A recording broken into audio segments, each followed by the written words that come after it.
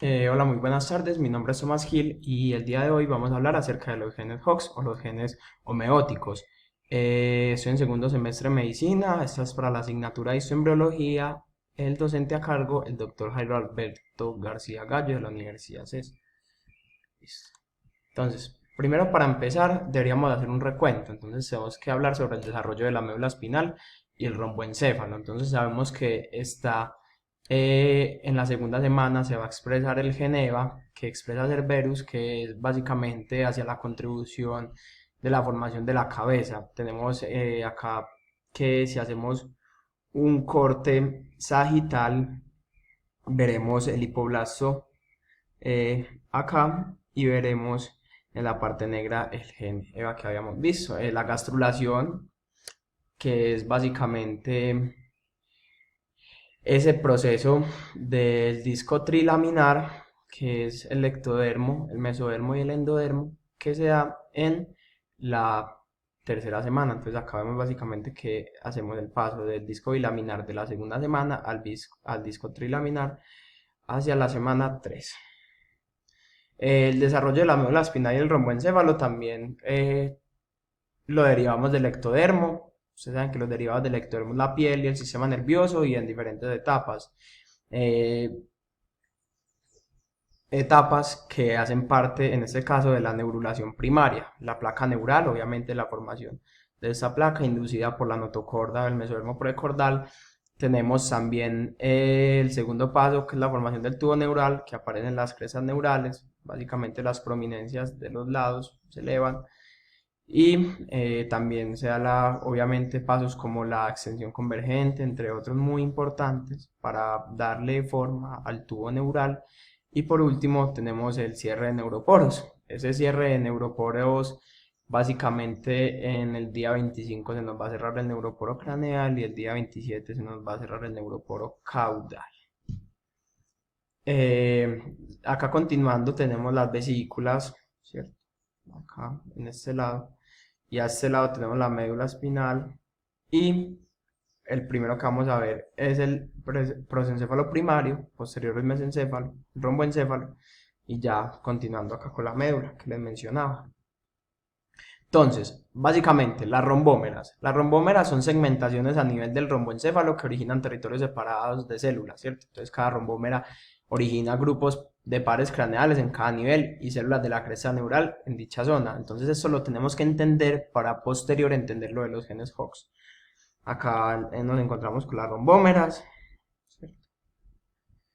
Listo, entonces ahora sí, ¿qué son los genes Hox? Los genes Hox son genes que regulan la morfología cráneo-caudal durante el desarrollo embrionario, ¿cierto? Eh, la, su espacio y su ubicación correcta a nivel estructural, ¿cierto? En su secuencia tienen una parte denominada la caja homeótica, pero eso vamos a hablar como más adelante. También tienen un elemento denominado el RAIR, que responde al ácido retinoico, pero eso lo veremos más adelante. Entonces, por ejemplo, acá las rombómeras a nivel del romboencéfalo, en este caso, por ejemplo, los genes Hox son los encargados de determinar qué pares craneales se forman en cada rombómera, ¿cierto? Digamos que el par craneal 5 en la rombómera 1, el par craneal 12 en la rombómera 8 y así sucesivamente con los diferentes pares craneales.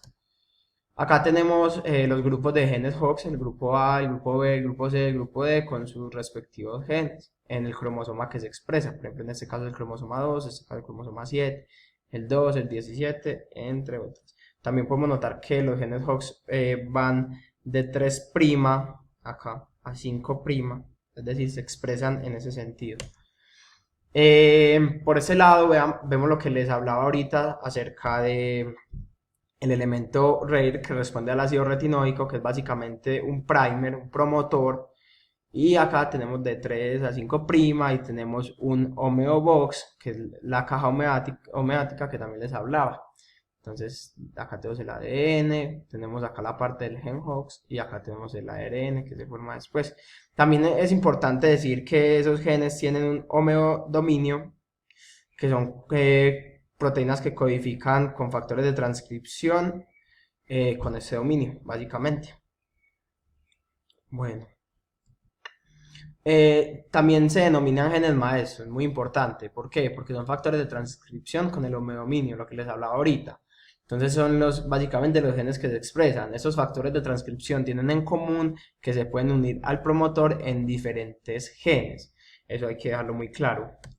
Volvemos retomando acá la imagen, podemos ver que estos genes HOX se pueden unir ya sea acá, como en diferentes partes. Son muy dinámicos, por así decirlo. Listo, entonces los genes HOX son activados por el ácido retinoico, ¿cierto? Entonces, básicamente, ¿qué podemos entender por esto?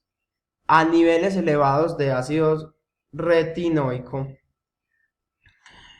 los genes HOX se van a expresar también en una parte más superior del cuerpo, más craneal, lo que ocasiona que pares craneales que debían estar en una parte más caudal de nuestro cuerpo, que se deberían desarrollar ahí, se formen en una parte donde no deberían, haciendo, generando obviamente complicaciones, patologías, entre otras. Entonces se activan estos genes y digamos que sube el ácido retinoico, se activan los genes HOX donde no deberían, se activan acá, se activan acá, y el par craneal 12, que digamos que debería ser en otra parte, acá, sube y se ubica donde no debería estar.